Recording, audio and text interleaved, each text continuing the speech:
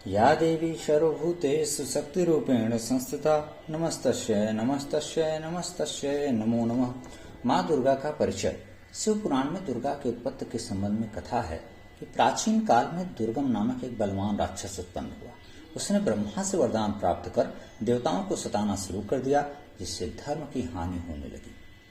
देवताओं ने माँ भगवती से प्रार्थना की कि हे माँ भगवती, जिस प्रकार आपने शुंभ निशुंभ धूम्राक्ष चंडमुंड रक्तबीज मधुकैटभ महिषासुर आदि राक्षसों का वध किया है, वैसे ही दुर्गमासुर का वध कर हमारा कल्याण करें।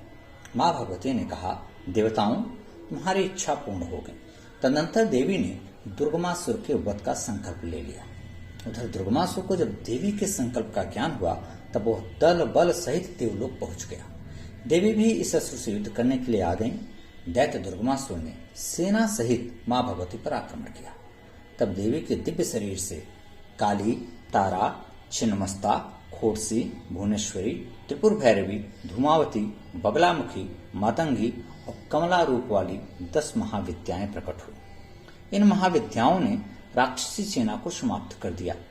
जब देवी ने त्रिशूल से दुर्गमासुर का वध कर दिया, तब देवी का नाम दुर्गा पड़ गया। यहाँ भवानी का नाम शताक्षी और शाकंभरी भी है, जो अपने भक्तों के दुर्गत का नाश करने वाले हैं, इसलिए इन्हें दुर्गा कहा गया। माँ दुर्गा की शक्तियों में 10 महाविद्याओं का उल्लेख सिर्फ इतना ही है। इन महाविद्याओं का परंपरागत संबंध सती, शिवा और पार्वती से है। ये ही अन्यत्र नवदुर्गा, शक्ति, चामुंडा, विष्णुप्रिया आदि नामों से भी पूजता है।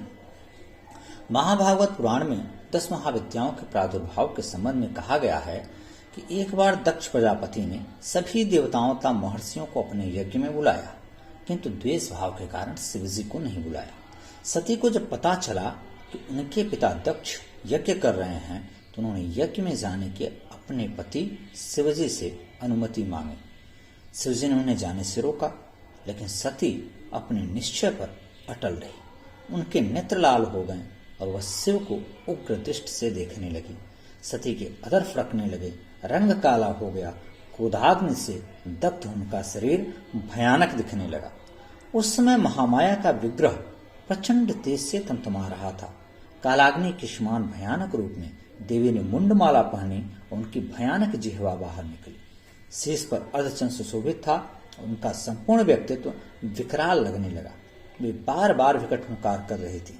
देवी का यह स्वरूप साक्षात महादेव जी के लिए भी प्रचंड था। देवी के इस विकराल रूप को देखकर शिवजी भागे। भागते हुए उनको 10 दिशाओं में रोकने के लिए देवी ने अपने अंग भूता 10 देवियों को प्रकट किया। देवी के स्वरूप शक्तियां ही 10 महाविद्याएं हैं, जिनके नाम हैं काली, तारा, छिन्नमस्ता, खोड़सी, भुवनेश्वरी, त्रिपुर भैरवी, धूमावती, बगलामुखी, मातंगी और कमला। देवी के उग्र और सौम्य 2 रूपों में 10 महाविद्याएं निहित हैं। तारा, छिन्नमस्ता, बगला और धूमावती उग्र रूप हैं और भुवनेश्वरी, खोड़सी यानी ललिता, त्रिपुर भैरवी, मातंगी और कमला सौम्य रूप है। 10 महाविद्याओं की कथाएं। काली। महाविद्याओं में प्रथम देवी काली हैं। इनके विषय में कालिका पुराण में कथा का उल्लेख। एक बार समस्त देवों ने हिमालय पर्वत पर जाकर देवी महामाया का स्मरण किया। देव की स्तुति से प्रसन्न होकर मां महामाया ने स्त्री वेश बनाकर देवताओं को दर्शन दिया और बोली, हे देव, तुम किसकी स्तुति कर रहे हो? उसी क्षण उनके शरीर से काले वर्ण वाली एक दिव्य नारी प्रकट हुई। वह दिव्य नारी काजल की तरह काले वर्ण की थी। उनके शरीर से अद्भुत तेज निकल रहा था। उसने तुरंत स्वयं ही उत्तर दिया, ये सभी मेरा ही स्मरण कर रहे हैं। काले वर्ण की होने के कारण उस नारी का नाम काली पड़ा। माँ काली भयंकर कष्टों और विघ्नों को क्षण में ही दूर करने वाली हैं और विपत्तियों का नाश करने वाली है। दुष्टों और पापियों के लिए माँ काली का काल रूप है। समस्त मनोकामनाओं की पूर्ति हेतु माँ काली की आराधना करनी चाहिए। तारा। देवी काली का दूसरा रूप तारा है। देवी तारा नीलवर्णा है। स्वरूप शिव पर भगवती तारा आसीन है। इनका शरीर नीला है। इनके नेत्र भी नीलवर्ण है। देवी हाथों में कैंची, कपाल, खड्ग और कमल धारण करती हैं। गले में मुंड की माला तथा वदन पर व्याघ्र चर्म धारण करने वाली। देवी तारा ब्रह्म स्वरूपा एवं करुणामयी है। महादेवी तारा सिद्धदात्री एवं भोग विलासों और मोक्ष को प्रदान करने वाली। वाक प्रदान करने से उनका नाम नील सरस्वती है। विपत्ति से रक्षा हेतु उनका नाम उग्रतारा है। छिन्नमस्ता। एक समय माता भगवती अपने सहेलियों के साथ मंदाकिनी में स्नान करने गई। स्नान करने के पश्चात उनकी सहेलियों जया और विजया को तीव्र भूख लगी। भूख के कारण उनका शरीर श्याम वर्ण हो गया और अत्यधिक क्षुधा से व्याकुल होकर दोनों सखियों ने देवी से भोजन की मांग की। देवी ने सखियों को कुछ देर प्रतीक्षा करने के लिए कहा। कुछ समय पश्चात दोनों पुनः भोजन की मांग करने लगी। तब देवी ने पुनः प्रतीक्षा के लिए कहा। इस प्रकार दोनों सखियां बार बार भोजन की मांग करती रहीं और माता हर बार प्रतीक्षा के लिए कहती रहीं। जब भूख असहनीय हो गया तो दोनों ने देवी से विनम्रता पूर्वक कहा, हे माता, आप तो जगत जननी हैं। माता तो भूख लगने पर तुरंत अपने बच्चों को भोजन दे देती हैं, परंतु आप हमें बार बार प्रतीक्षा हेतु कहती हैं, ऐसा क्यों? जया विजया के ऐसे करुण वचन सुनकर देवी ने तुरंत अपना सिर धड़ से अलग कर दिया। देवी का सिर कटकर उनके बाएं हाथ में आ गिरा तथा धड़ से 3 धाराएं निकलने लगी।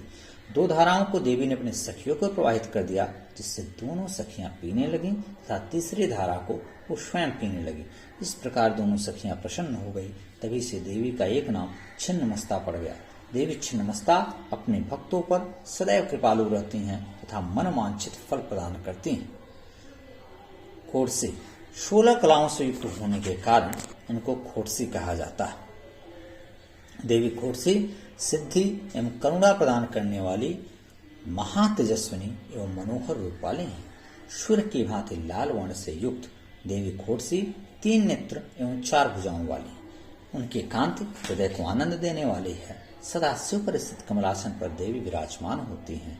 चारों भुजाओं में पास, धनुष, अंकुश एवं बाण धारण करती हैं। माँ खोड़सी अपने भक्तों को इच्छित वर देने वाली होती हैं। भुवनेश्वरी। माँ भुवनेश्वरी मणिद्वीप की अधिष्ठात्री देवी हैं। देवी भुवनेश्वरी ही ह्रीं मंत्र की शक्ति स्वरूपा है। माता भुवनेश्वरी भगवान शंकर के समस्त लीलाओं एवं विलास की सहचरी हैं। समस्त लीलाओं के कारक तथा समस्त संसार को शांति प्रदान करने वाली हैं। त्रिपुर भैरवी। माता त्रिपुर भैरवी उदयीमान सहस्त्रों सूर्यों के भांति आभायुक्त है। उनकी शक्ति अनंत है। काल भैरव जो कि 6 विश्व के अधिष्ठान दक्षिणामूर्ति हैं, उन्हीं की शक्ति त्रिपुर भैरवी है। माँ त्रिपुर भैरवी गले में मुंड माला धारण करने वाली हैं। 3 नेत्रों वाली एवं हाथों में जपोटी, विद्या, वर एवं अभय मुद्रा धारण करती है। देवी के मुखमंडल पर सदैव मंद मुस्कान रहती है तथा मस्तक पर चंद्र मुकुट धारण किए रहती है। इंद्रियों पर विजय पाने एवं आनंद की प्राप्ति हेतु माँ त्रिपुर भैरवी की उपासना करनी चाहिए। धूमावती। एक समय माँ पार्वती ने भोलेनाथ से भोजन प्राप्त हेतु निवेदन किया, किंतु भगवान से चुपचाप बैठे रहे। माँ ने उनसे कई बार निवेदन किया, किंतु महादेव जी ने देवी पार्वती की ओर जरा भी ध्यान नहीं दिया। तब माता पार्वती को अत्यधिक क्रोध आ गया और क्रोध में वो भोलेनाथ को ही निगल गई, जिसके फलस्वरूप उनके शरीर से धूम राशि निकली। तब भगवान शिव ने पार्वती जी से कहा, हे पार्वती, आपकी मनोहारी छवि को धूमावती के नाम से पुकारा जाएगा। माता धूमावती का स्वरूप वृद्धा स्त्री का, डरावना तथा भूख प्यास से पीड़ित अत्यंत विकराल है।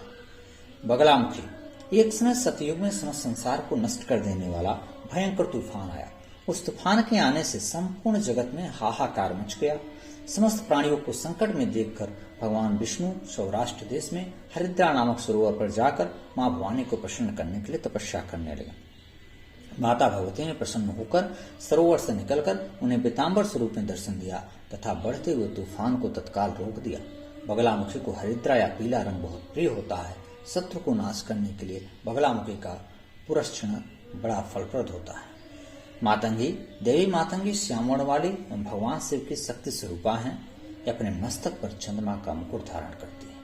3 नेत्रों से सुशोभित रत्नासन पर विराजता देवी नील कमल के समान मनोहारी छवि वाली है। देवी मातंगी 4 भुजाओं में पास, खड्ग, खेटक एवं अंकुश धारण करती है। माँ भक्तों को सुख समृद्धि प्रदान करने वाली है। कमला। माता कमला वैष्णवी शक्ति हैं। ये श्री हरि विष्णु की सहचरी हैं। देवी कमला का जगत का पालन करने वाले हैं। इनकी कृपा जिस पर हो जाती है वह मनुष्य समस्त सुखों को भोग कर मोक्ष की प्राप्ति करता है। महाकाली की उत्पत्ति। प्रलय होने पर जब संपूर्ण संसार जलमग्न हो गया, तब भगवान विष्णु से सैया पर योग निद्रा में लीन थे। उसी समय उनके कर्णमल से उत्पन्न मधु और कैटव नामक दो भयानक राक्षस ब्रह्मा जी को मारने को तैयार हो गए। भगवान के नाभकमल में स्थित प्रजापति ब्रह्मा जी ने असुरों को देख भगवान को जगाने के लिए देवी की स्तुति की। हे देवी, तू ही जगत की उत्पत्ति, स्थिति और संहार करने वाली है। तू ही महाविद्या, महामाया, महामेधा, महास्मृति और महामोह स्वरूपा है। दारुण कालरात्रि, महारात्रि और मोहरात्रि भी तू ही है। तूने जगत की उत्पत्ति, स्थिति और लय करने वाले साक्षात भगवान विष्णु को भी योग निद्रावश कर दिया है, और विष्णु, शंकर और मैं यानी कि ब्रह्मा शरीर ग्रहण करने को बाधित किए गए हैं। हे देवी, अपने प्रभाव से इन असुरों को मोहित कर और इन्हें मारने के लिए भगवान को जगा। ब्रह्मा जी द्वारा इस प्रकार स्तुति करने पर महामाया भगवती भगवान के नेत्र, मुख, नासिका, बाहु तथा हृदय से बाहर निकलकर प्रत्यक्ष खड़ी हो गई। भगवान भी उठे और देखा कि दो भयंकर राक्षस ब्रह्मा जी को मारने के लिए, खाने के लिए उद्यत हो रहे हैं। ब्रह्मा जी की रक्षा के लिए भगवान स्वयं युद्ध करने लगे। युद्ध करते करते 5000 वर्ष बीत गए, परंतु वे राक्षस नहीं मरे। तब महामाया ने उन राक्षसों की बुद्धि को मोहित कर दिया, जिससे वे अभिमान पूर्वक भगवान विष्णु से कहने लगे, हम तुम्हारे युद्ध से अति संतुष्ट हुए हैं, तुम वर मांगो। भगवान कहने लगे, तुम मुझे यह वर दो कि तुम दोनों मेरे द्वारा मारे जाओ। मधुकैटव ने तथास्तु कहा और बोले, जहां पृथ्वी जल से ढकी हुई हो वहां हमको मत मारना। अंत में भगवान ने उनके सिरों को अपने जंघाओं पर रखकर चक्र से काट डाला। इस प्रकार देव कार्य सिद्ध करने के लिए उन सच्चिदानंद रूपिणी चित शक्ति ने महाकाली का रूप धारण किया। महालक्ष्मी की उत्पत्ति। एक समय देवता और दानवों में 100 वर्ष तक घोर युद्ध हुआ। देवताओं के राजा इंद्र थे और दानवों का राजा महिषासुर। इंद्र को पराजित कर महिषासुर स्वयं इंद्र बन बैठा। संपूर्ण देवगण ब्रह्मा जी को लेकर भगवान विष्णु और शंकर जी के पास गए और अपनी विपत्ति सुनाई। देवताओं की पुकार सुनकर भगवान विष्णु तथा शंकर जी की भौहें चढ़ गईं। उनके शरीर से एक महान तेज पुंज निकला और वह एकत्रित होकर प्रज्वलित पर्वत की तरह संपूर्ण दिशाओं को आलोकित करता हुआ नारी रूप बन गया। उन नारी रूप भगवती को देखकर सब देवता प्रसन्न हुए और उन्होंने उन्हें अपने अपने शस्त्र देवी को दिए। देवी ने अट्टहास किया, जयध्वनि की और मुनिगण स्तुति करने लगे। गर्जना सुनकर महिषासुर क्रोधित होकर दानव से रण लेकर वहां आ गया। असुरों का देवी के साथ भयंकर युद्ध हुआ। युद्ध में सारे दानव मारे गए। महिषासुर भी अनेक प्रकार की माया करके थक गया और अंत में महालक्ष्मी के द्वारा महिषासुर मारा गया। फिर देवताओं ने भगवती की विविध प्रकार से स्तुति की। महासरस्वती की उत्पत्ति। मेधा ऋषि ने फिर राजा सूरत और समाधि वैश्य को सरस्वती की उत्पत्ति की कथा सुनाते हुए कहा कि पूर्व काल में शुंभ और निशुंभ ने इंद्रादि देवताओं को संपूर्ण अधिकार छीन लिए। अपने अधिकारों को प्राप्त करने के लिए देवताओं ने हिमालय पर्वत पर जाकर देवी भगवती की स्तुति की। उसमें पतित पावनी भगवती पार्वती आईं, उनके शरीर से शिवा प्रकट हुई। सरस्वती देवी पार्वती के शरीर कोष से निकली थी, इसलिए उनका कौशिकी नाम प्रसिद्ध हुआ। कौशिकी के निकल जाने के बाद पार्वती देवी का शरीर काला पड़ गया, इसलिए इन्हें इस रूप में कालिका कहा गया। तदनंतर भगवती कौशिकी परम सुंदर रूप धारण कर बैठी हुई थी। उन्हें चंड मुंड नामक शुंभ निशुंभ के दूतों ने देखा। उन्होंने जाकर शुंभ निशुंभ से कहा, हे दानवपति, हिमालय पर एक अति लावण्यमयी परम मनोहरा रमणी बैठी है। वैसा रूप तो आज तक किसी ने देखा ही नहीं होगा, आप उन्हें प्राप्त कीजिए। शुंभ निशुंभ ने अपने सुग्रीव नामक दूत से उस देवी को लाने को कहा। दूत ने जाकर देवी को शुंभ निशुंभ का संदेश सुनाया तो देवी ने कहा, यो माम जय संग्रामे यो में दर्पम व्यपोहति यो में प्रतिबलो लोके स में भर्ता भविष्यति। अर्थात जो मुझे संग्राम में जीते वही मेरा पति होगा। दूत ने संपूर्ण वेदांत शुंभ निशुंभ को जाकर सुनाया। उन्होंने अपने सेनापति धूम्रलोचन को देवी के साथ युद्ध करने के लिए भेजा और देवी ने उन्हें सेना सहित मार डाला। इसी प्रकार चंड और मुंड को भी देवी ने मार डाला। तब क्रुद्ध होकर उन्होंने अपने समस्त सेना लेकर देवी को चारों ओर से घेर लिया। भगवती ने घंटा ध्वनि की, जिससे संपूर्ण दिशाएं गूंज उठी। इसी समय ब्रह्मा, विष्णु, महेश, कार्तिकेय और इंद्राज के शरीरों से शक्तियां निकलकर चंडिका के पास आ गईं। वे देवियां जिनकी जैसी शक्ति थी, उन्हीं शक्ति के अनुरूप देवी का स्वरूप, भूषण और वाहन थे। उन शक्तियों के मध्य में स्वयं महादेव जी आए और देवी से बोले, मुझे प्रसन्न करने के लिए संपूर्ण दानवों का संहार कीजिए। उसी समय देवी के शरीर से अति भीषण चंडिका शक्ति प्रकट हुई और शिव जी से बोली, हे भगवान, आप हमारे दूत बनकर दानवों के पास जाइए और उन्हें कह दीजिए कि तुम जीना चाहते हो तो त्रैलोक का राज इंद्र को समर्पित कर पाताल लोक को चले जाओ। शिव जी ने शुंभ निशुंभ को देवी की आज्ञा सुनाई, लेकिन वे बलगर्वित दानव कब मानने वाले थे। फलस्वरूप देवी और दानवों में युद्ध छिड़ गया। शक्तियों द्वारा आहत होकर दानव शक्ति कम होने लगी। तब क्रुद्ध होकर रक्तबीज युद्ध में आ गया। इस दानव के रक्त से उत्पन्न दानव समूह से संपूर्ण युद्ध स्थल भर गया, जिसे देवगण कांप उठे। तब चंडिका ने काली से कहा, तुम अपना मुख फैलाकर इसके शरीर से निकलते हुए रक्त का पान करते रहो। फिर देवी ने रक्त बीज पर शूल से प्रहार किया। उससे जो रक्त निकला उन्हें काली पी गई। रक्षिण होते हुए दैत्य देवी के प्रहार से धराशायी हो गए। तत्पश्चात शुंभ और निशुंभ भी युद्ध भूमि में मारे गए। देवगण हर्षित होकर जयध्वनि करने लगे। इस प्रकार महासरस्वती ने रूप धारण किया। भगवती दुर्गा इस संसार को सत्ता, स्फूर्ति और समरसता प्रदान करती है। यह सारा संसार उन्हीं से उत्पन्न होकर उन्हीं में समाहित हो जाता है। जैसे हम किसी शीशे में आग को देखकर उसे छूने पर जलन का अनुभव नहीं करते, उसी प्रकार यह सारा संसार देवी दुर्गा में समाविष्ट होने पर भी हम संसार को पूरी तरह अलग सा देखते हैं। शास्त्र कहते हैं कि शिव और विष्णु इसी शक्ति से प्रकट होते हैं तथा संसार का पालन और संहार करते हैं। इसी दुर्गा की शक्ति से ब्रह्मादि देवता बनते हैं। दया, क्षमा, निद्रा, स्मृति, क्षुधा, तृष्णा, तृप्ति, श्रद्धा, भक्ति, धृति, मति, तुष्टि, पुष्टि, शांति, कांति आदि शक्तियों में यही दुर्गा देवी विराजमान है। यही दुर्गा गोलोक यानी स्वर्ग में श्री राधा, साकेत में श्री सीता और क्षीर सागर में श्री लक्ष्मी है। द्वैत और अद्वैत दोनों का इनमें समावेश है।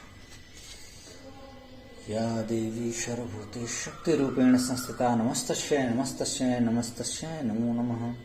कर्पूर गौरम करुणावतारम संसार सारम भुजगेन्द्रहारम सदा वसन्तं हृदयारविन्दे भवं भवानी सहितं नमामि। त्वमेव माता च पिता त्वमेव बन्धुश्च सखा त्वमेव विद्या द्रविणं त्वमेव